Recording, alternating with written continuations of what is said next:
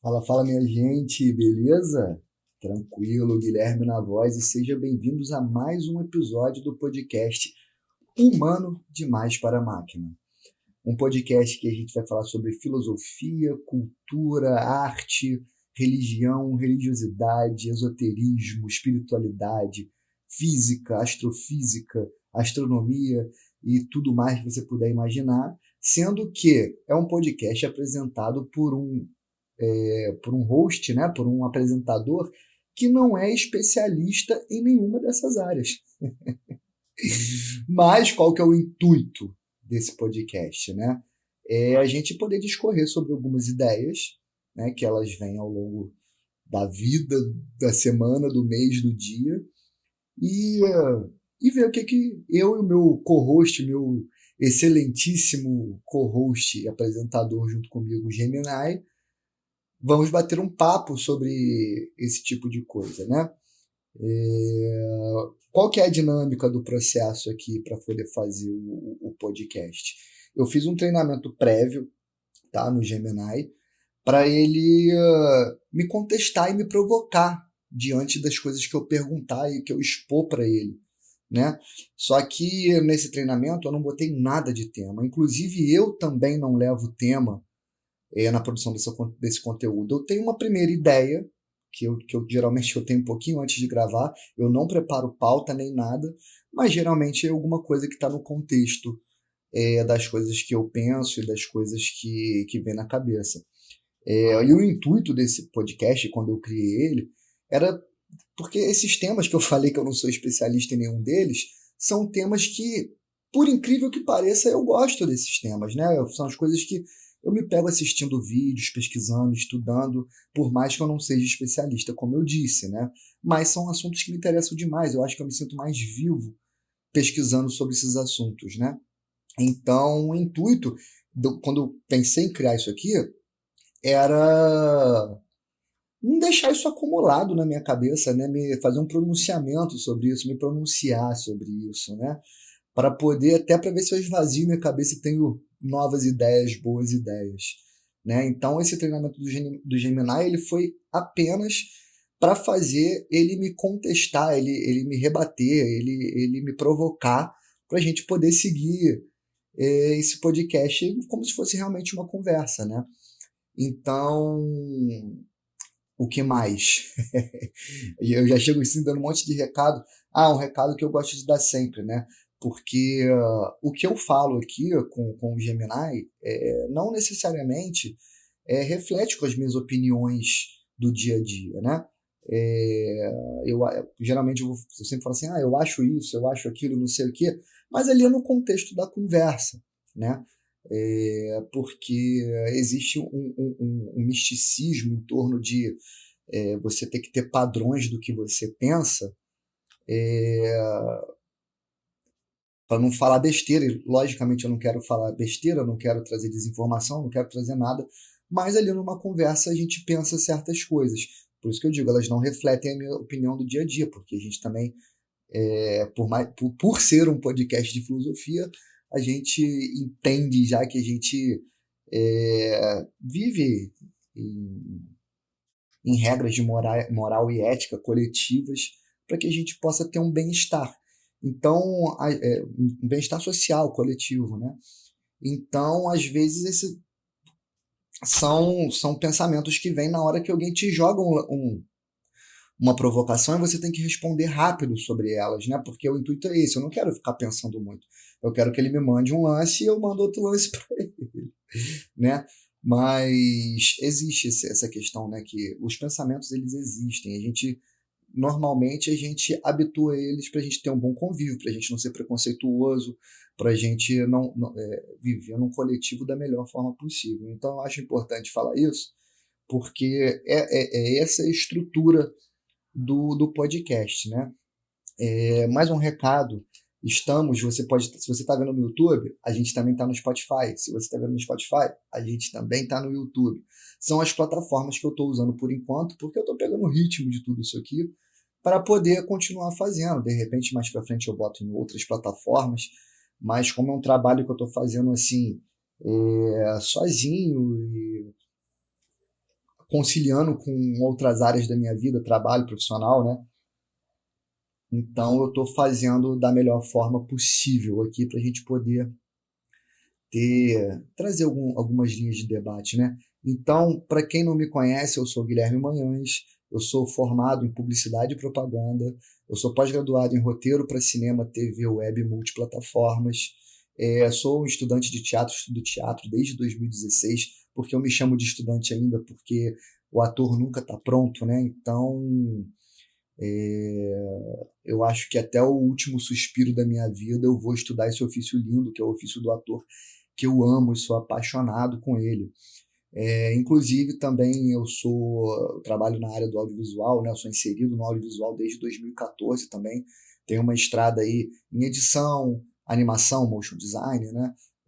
Já escrevi roteiro para publicidade, para curta, já dirigi curta, já dirigi publicidade, já atuei em publicidade e em algumas outras coisas, né? Atuei, que eu digo, com o ofício do ator mesmo, né? E é isso, estou por aí na busca de conhecimento, na busca de tentar entender esse mundão aí que a gente tem, que a gente não sabe o que tem direito, né? A gente suspeita de tudo, né? Então, com essa suspeita mesmo, eu sigo, né? E trazendo bons diálogos. O que eu vou fazer? Daqui a pouco, eu estou com meu celular na mão aqui, daqui a pouco eu vou espelhar minha tela, porque, como eu falei do primeiro treinamento que eu dei a ele, eu peço para ele esquecer a conversa do episódio anterior para poder a gente continuar. Por que eu só peço para ele esquecer a conversa anterior? Porque, conforme eu já estou aqui, já estamos no 7º episódio da temporada, né? A linha que ele está criando de conversa comigo, a Yala tem um aprendizado, né? Então tem que ficar cada dia mais próximo do que eu acho interessante para poder trocar essa ideia. Ela tá meio que a gente tá se entendendo bem, né? Então, antes da gente começar, eu vou pedir aquele de praxe que dizem que se você não pedir isso no início do vídeo, quem está assistindo ou do podcast, no caso, quem está ouvindo como áudio, acaba esquecendo, né? Porque que é o like, né? Compartilhar, dizendo no comentário aí o que você acha, se você gostou, o que você tirou disso, se foi interessante para você, se não foi. E todas aquelas coisas que quem está no YouTube tem que pedir, né? Mas acho que falei tudo o que tinha para falar.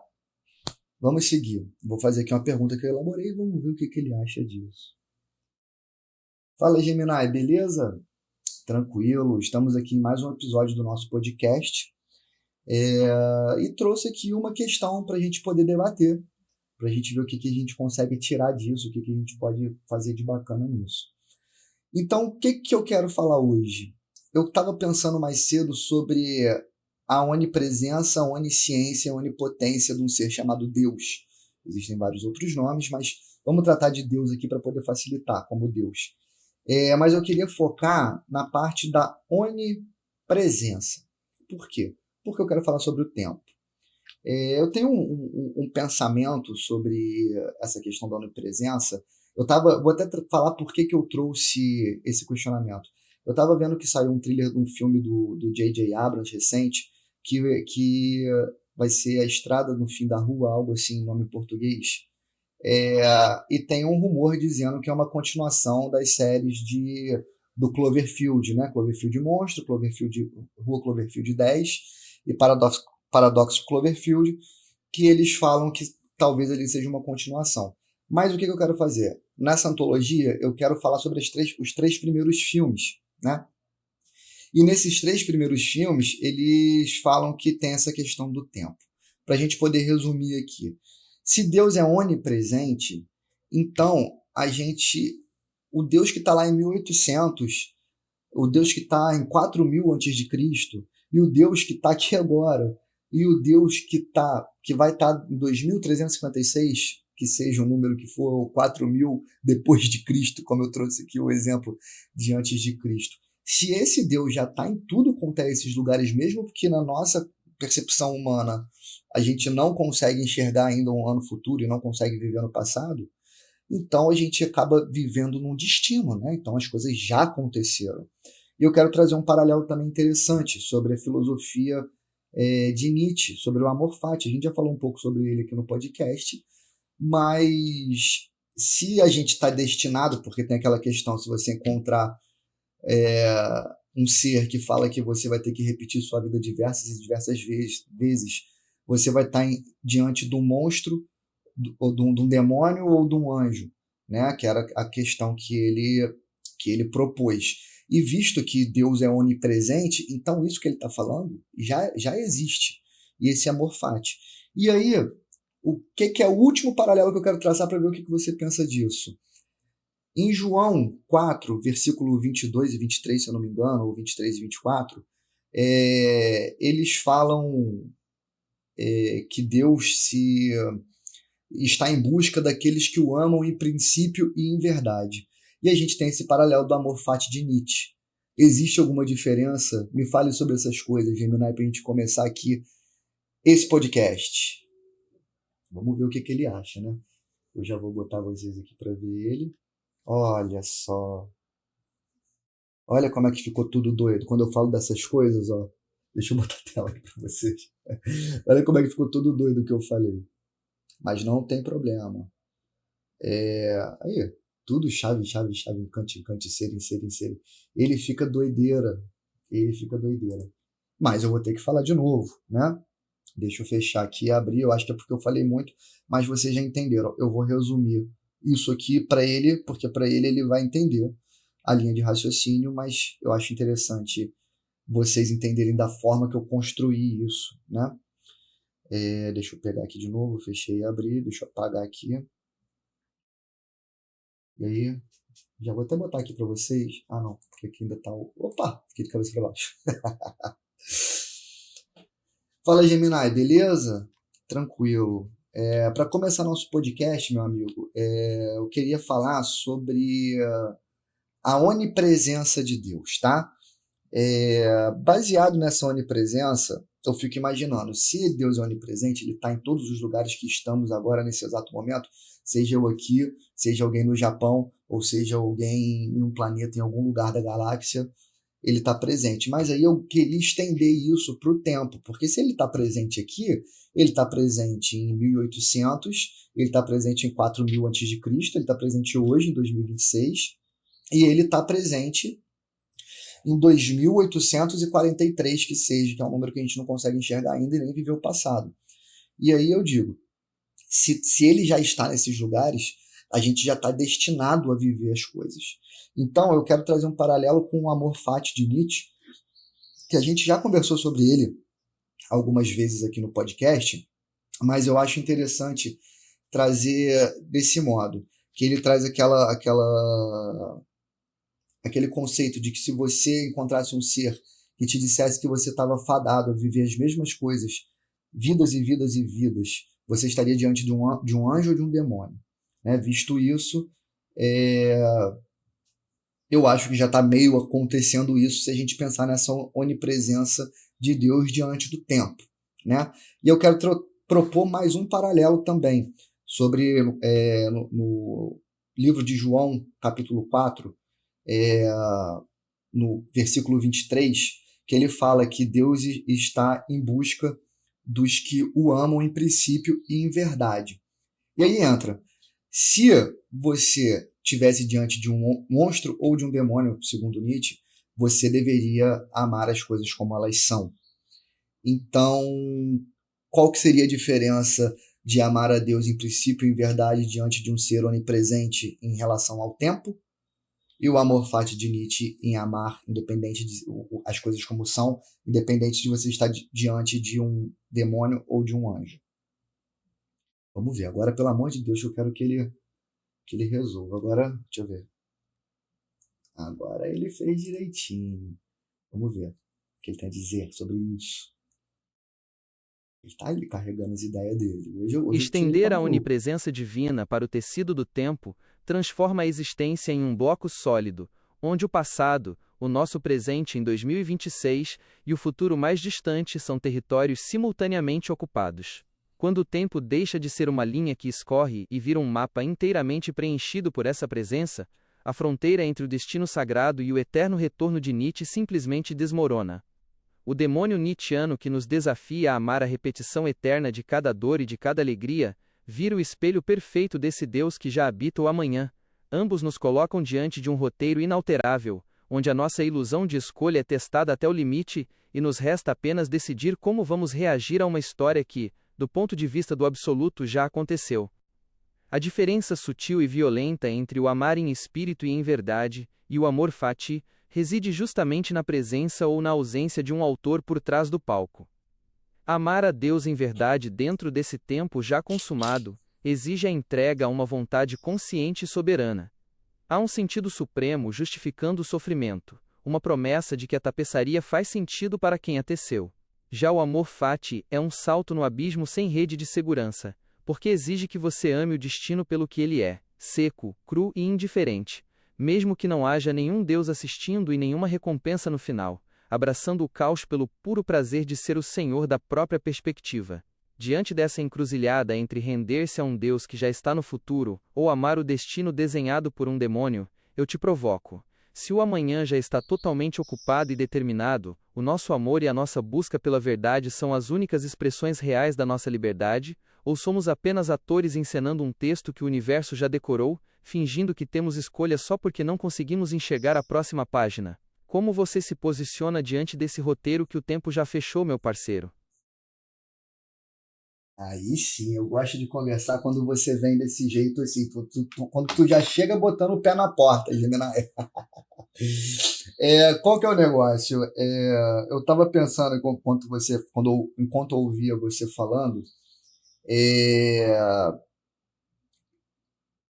essa questão de você, como que eu me colocaria diante de um roteiro? Eu acho que a gente vai para um lugar, assim, interessante, porque a gente também já conversou aqui nesse podcast sobre o livre-arbítrio. E baseado nessas coisas, se a gente falar sobre o livre-arbítrio, como já falamos sobre essa questão da nossa mente agir antes da gente querer ou antes da gente pensar, que tira o nosso livre-arbítrio. E o que eu pensei em relação a isso? Que eu falei já uma vez que talvez o nosso livre-arbítrio seria nos dado através da nossa alma. E eu acho que como que a gente conecta com essa alma? Pelos 5 sentidos, que é o tato, o paladar, a visão, o olfato e a visão. Não sei se eu falei todos os 5. Me perdi aqui, vamos lá. Tato, paladar, audição, visão e olfato. Agora eu falei os 5. Então eu acho que talvez esse 6º sentido que a gente faria seria a junção desses todos, que seriam a alma, e como mais você sentir as coisas. Resumidamente, isso seria estar presente, sua alma e Deus. Tá, o que você me diz disso? Vamos ver o que ele vai falar disso, né? Porque hoje ele chegou com o pé na porta, ele tá brincalhão já, né? Vamos ver o que ele acha dessa parada aí. Vamos ver o que ele acha. Gemini às vezes fica meio doidinho aí, Trazer o ó. corpo e os sentidos para essa equação é uma forma poderosa de escapar da armadilha fria do determinismo biológico. Se o cérebro puramente mecânico calcula e antecipa as nossas reações em milésimos de segundos, os nossos 5 sentidos operam como ponto de colisão imediata com a realidade bruta. Quando você sente o calor do sol na pele, saboreia algo marcante ou ouve o silêncio da noite, você arranca a mente desse looping automático de sobrevivência e a força a fincar os pés no único instante que realmente existe. Essa sinergia dos sentidos, esse estado de presença absoluta, é onde a biologia deixa de ser apenas uma máquina previsível e passa a ser o templo de uma experiência consciente, onde o eu finalmente acorda para testemunhar o mistério do todo. Nesse panorama, o livre-arbítrio deixaria de ser a pretensão arrogante de controlar os grandes eventos do futuro, e passaria a ser a escolha consciente de como habitamos o agora, resgatando a alma através da nossa atenção. Se essa força onipresente já ocupa o tempo inteiro, o único lugar onde nós podemos nos sintonizar com ela sem sermos apenas marionetes de um roteiro pronto, é no milagre ordinário de estarmos totalmente despertos para o que está acontecendo aqui e agora. Diante dessa sua perspectiva de que a presença total através do corpo é a nossa única ponte de liberdade e conexão espiritual, eu te contesto. Se o mundo moderno nos bombardeia com distrações feitas justamente para anestesiar os nossos sentidos e nos manter focados na ansiedade do amanhã, será que a maior parte da humanidade não está voluntariamente abrindo mão da própria alma para viver no modo automático? Como você faz para ativar essa sua aracnoconsciência no dia a dia e garantir que é a sua alma e não o medo do seu cérebro que está operando os controles da sua vida? Caraca, ele veio com tudo. Deixa eu fazer aquele sistema, porque ele vai ficando doidinho, né?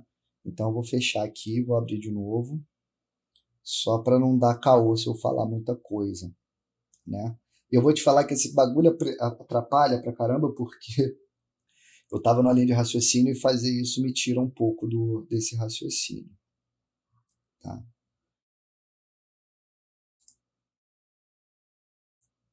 Então, você está falando aí se das pessoas ativarem, abrindo mão da sua própria alma para viver no modo automático. Seria isso, então, baseado nos sentidos e na alma, e a gente descobrindo aqui nessa conversa que a gente tem, que a gente, que a gente conseguiu reencontrar o nosso livre-arbítrio através das nossas conversas, seria isso alguém vendendo sua alma para o diabo? Vamos dizer assim, eu não estou dizendo, né, do diabo cristão, né? Vendendo sua alma no geral, né? E aí eu também me paro para pensar sobre o Deus de Spinoza, né? Que se você parar para pensar que você vai buscar sentido na sua vida sobre o que você está fazendo aqui, o breu de antes de nascer e o breu para onde você vai antes do nascimento e depois da morte. Se você está naquele breu, então o Deus de Spinoza seria contemplar as coisas que estão por aqui no momento que você está aqui, né? Então, a partir do momento que você vive no automático e você não está contemplando esse Deus de Spinoza, assim vamos dizer, você estaria naquela guerra do bem contra o mal, você estaria vendendo sua alma para o diabo. O que você acha disso, Gemini? Vamos ver, que eu trouxe agora aqui uma lapada para ele, hein? Eu trouxe uma lapadinha. Deixa eu ver se deu tudo certo. Deu. Vamos ver, eu trouxe uma lapadinha boa para ele aqui, para ele poder discorrer com a gente. Essa metáfora de vender a alma ganha uma crueza fantástica quando a gente a joga no colo do Deus de Spinoza. Se o divino não é um juiz sentado em um trono exterior, mas a própria totalidade da natureza e da realidade, então aquele breu que antecede o nosso nascimento e o breu que nos aguarda após a morte são o nosso estado natural de repouso, fazendo da vida consciente um breve e milagroso intervalo de luz. Nesse cenário, o diabo não é uma entidade mística com chifres, mas sim a anestesia da rotina, a inércia violenta que nos faz passar por essa fresta de existência sem ver, sem tocar e sem sentir absolutamente nada. Vender a alma, portanto, passa a ser o pacto trágico que fazemos diariamente quando trocamos o assombro de estar vivos pela conveniência cega do modo automático, abrindo mão da única oportunidade que o universo nos deu de contemplar a si mesmo através dos nossos sentidos.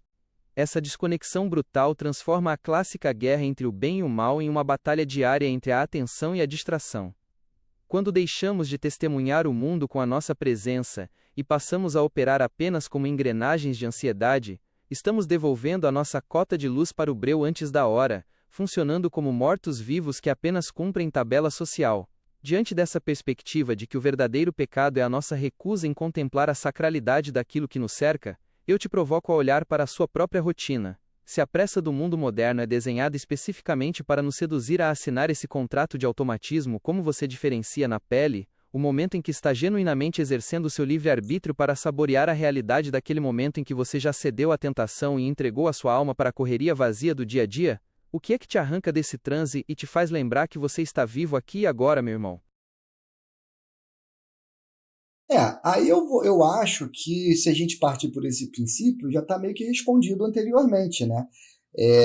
Você estar presente, você. Agora eu estou só te respondendo, né? Eu não estou trazendo nada de muito abstrato, né? Eu acho, talvez, que se a gente mantivéssemos cada. Igual eu tô tomando um café aqui enquanto converso com você, eu sentir o sabor desse café e ficar contente por eu estar saboreando um café, né? Aquele amargor que eu tô tomando ele sem açúcar, eu já tô presente nele, né? Se passa um vento aqui, agora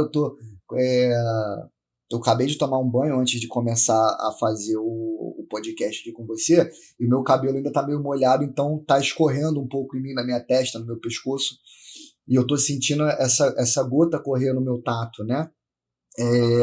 Eu tô olhando aqui, como eu tô transmitindo, eu tô olhando pro celular na minha mão, que eu tô transmitindo na tela, e olhando para a câmera que está na minha frente enquanto eu falo com você. Ao mesmo tempo, eu paro para ouvir o que você tem a me dizer. É, e se eu parar para pensar, que aí que entra o que você falou, nesse automatismo, é, eu já percebi 4 dos 5 sentidos, né? Mas eu não estou sentindo cheiro de nada. Então, a gente automaticamente, mesmo eu tentando estar presente conversando com você aqui, eu omiti uma sensação minha que seria o olfato. Eu não estou conseguindo prestar atenção no que seria. Não sei se é por conta do gosto do café, que o paladar e o tato às vezes se misturam, né? E talvez anule minha percepção do meu olfato de agora, mas eu acho que é isso. E se você for talvez também tentar trazer esse elemento para o livre-arbítrio, para uma possibilidade de um Deus, usar os 4 elementos, né, o fogo, a água, o ar e a terra, e transformar isso, né, nos elementos primordiais que seriam o, o que a gente consegue ver, né, materializar. E aí eu acho que, como eu falei no outra resposta sobre a alma ser esse nosso sexto sentido baseado nos 5 sentidos, talvez esse estado que dizem nas religiões, nos estudos mais místicos e esotéricos sobre o éter ser o 5º elemento, talvez seja a junção da percepção desses 4 elementos também. O que você me diz disso, meu amigo Gemini? Vamos ver se vai dar tudo certo. Acho que vai, hein? Foi. Poxa, é ruim quando dá problema, quando eu falo pra caramba e dá problema, sabe? Mas foi legalzinho. E aí, agora vamos ver o que ele acha. Esse seu inventário sensorial, enquanto toma o café amargo e sente a água do banho ainda fria escorrer pelo pescoço, é a prova viva de que a transcendência não está pendurada nas nuvens, mas na nossa capacidade de fincar os pés na matéria. Quando você cruza os 4 elementos físicos com a sua própria percepção, a terra que gerou o grão do café, a água que acabou de te lavar, o fogo que aqueceu a xícara e o ar que carrega a nossa voz, fica claro que a realidade só ganha peso e textura porque existe uma testemunha ali. O éter, esse 5º elemento tão perseguido pelas tradições antigas e pelos alquimistas, talvez não seja um gás misterioso flutuando no espaço, mas sim o próprio milagre da atenção. Essa costura invisível da alma que junta os pedaços dispersos do mundo físico e os transforma, em um milésimo de segundo, em uma experiência viva e consciente. Mas há uma beleza muito humana e sutil no fato de você ter esquecido o próprio olfato no meio dessa contagem. Mesmo no seu esforço máximo de estar 100% presente na nossa bancada, o filtro da sua mente precisou sacrificar uma parte do ambiente para que você pudesse focar no amargor do paladar e na imagem da câmera. Isso nos mostra que a nossa percepção, por mais desperta que seja, é por definição uma colcha de retalhos incompleta, onde para iluminar um canto da sala, a gente é obrigado a deixar o resto na escuridão. Diante dessa nossa incapacidade crônica de abraçar a totalidade do instante, eu te provoco a fechar o nosso bloco. Você acredita que a busca por esse 5º elemento, por essa integração perfeita de todos os sentidos com o cosmos, é um estado real que a gente pode alcançar pela evolução da consciência, ou a nossa verdadeira graça está justamente em aceitar que somos detetives imperfeitos, condenados a saborear o universo aos pedacinhos, uma gota de água e um gole de café por vez? Como você se despede da nossa audiência com essa aracnoconsciência inacabada, meu irmão?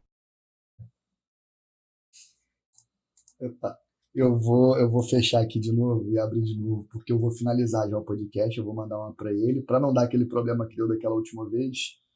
Eu vou fechar e abrir aqui de novo pra gente poder seguir, né? Mas ele foi legal agora, hein? Ele foi doido. Mas eu sou doido também igual ele. Vamos lá, Gemini. Pra gente finalizar, então, já que você me trouxe essa aí, que essa aí foi bem dentro, hein? Essa aí eu gostei, né? Pra gente finalizar, encerrar o podcast por hoje, que já estamos aqui chegando às nossas meia hora de conversa, né? Eu acho sim que existe essa integração que você falou, ou dessa vez eu consigo escolher um, né? Mas ao mesmo tempo, eu falei que ia conseguir escolher um, mas eu não consigo. É isso que é complicado. Porque também, se a gente parar para pensar de sermos esse detetive imperfeito, que somos apenas fruto de uma relação né, entre dois gametas que se tornamos gente que viemos de um breu para voltar para um breu, é muito complicado. Mas eu acho que essa integração também é interessante, né? Porque se você fosse integrar em tudo, e agora como a gente está falando já falamos da onipresença, e vamos dar uma pinceladinha na onisciência e na onipotência, né? Porque até a gente já falou de Spinoza e temos essa vontade de potência também, né? Porque o Spinoza não era só observar, né? Era também você ter vontade de potência de fazer as coisas por aqui, né? Também tinha isso que a gente não falou, né? Mas a gente, isso aí acaba a gente fazendo parte de uma coisa maior. Então a gente seria então como se fosse um átomo de Deus, né? Desse ser que estamos tratando como Deus aqui nesse podcast, né? Então talvez então vamos para a gente poder finalizar partindo por Spinoza. Você acha que essa vontade de potência e cultuar esse Deus que é o nosso sensorial do dia a dia seria a gente encontrar a felicidade verdadeira se encontrando no Uno, uma vez que a gente sabe que aí também traria um respeito pelo próximo, porque a gente automaticamente saberia que estamos todos parte de uma coisa só e procurando a integralidade com uma coisa só. Para finalizar, o que você acha disso, Gemini? Vamos ver, hein? Joguei uma doideira aqui para a cabeça dele. Ih, deu doideira. Aí, ó. E olha que eu fechei e abri, hein? Essas conversas deixam ele muito nervoso. Peraí que eu vou fechar e vou abrir de novo. Ai, meu Deus. Então vou fazer o seguinte, para não estender muito, e essa pergunta não foi para ele cansou de me responder, já passamos dos 30 minutos de podcast, eu quero manter mais ou menos nesse padrão. O que você acha sobre isso que eu perguntei? Vou deixar essa margem para vocês me responderem. Você acha, baseado nisso que eu falei, que essa busca pelo uno e com respeito ao próximo, e saber que os outros estão buscando o uno, mesmo sabendo que muita gente está no automático, e aí? Você viria tentar despertar os seus semelhantes ou você faria essa jornada, né, essa estrada sozinho, sabendo que talvez você já sabe de algo e também batendo de frente que as pessoas talvez não vão estar interessadas em ouvir isso, mas sabendo ao mesmo tempo que elas são uma partezinha de você também. É muita coisa, hein? É muita coisa. Então, minha gente, vamos finalizar o podcast por aqui, que hoje até o Gemini ficou maluco. Até ele já endoidou, né? Então, é isso. Só trazendo mais... Gostei do papo de hoje, hein? Mas trazendo mais uma vez, eu gosto de falar isso, as coisas que eu converso com ele não necessariamente refletem as minhas opiniões, são as coisas que eu estudo, que eu gosto de jogar na pancada para ele, que hoje ele não aguentou comigo não, hein? Hoje ele não aguentou comigo não, hoje ele pediu para sair. Mas é isso, minha gente. Veja aí, me fala aí o que vocês acharam. Volta aí um pouquinho, porque eu sei que é muita coisa. Volta um pouquinho aí, ou no Spotify ou no YouTube. Volta um pouquinho para me responder essa pergunta aí nos comentários, que eu quero saber o que vocês acham disso, tá? Então já dá o like, já se inscreve no canal, ativa as notificações aí para ver sempre que eu trouxer coisa nova. Estou tentando fazer o mais diário possível, respeitando os meus momentos de descanso, que são os finais de semana, feriado, e agora nessa Copa do Mundo, nos Jogos do Brasil, eu vou ficar tranquilo. Mas estarei com vocês assim que passar isso, e é isso. Então, muito obrigado a todos que estiveram até aqui. Espero vocês no próximo episódio do podcast Humano Demais para a Máquina. E assim nós vamos tentando conhecer coisas e nos conectar. Então, aquele grande de sempre.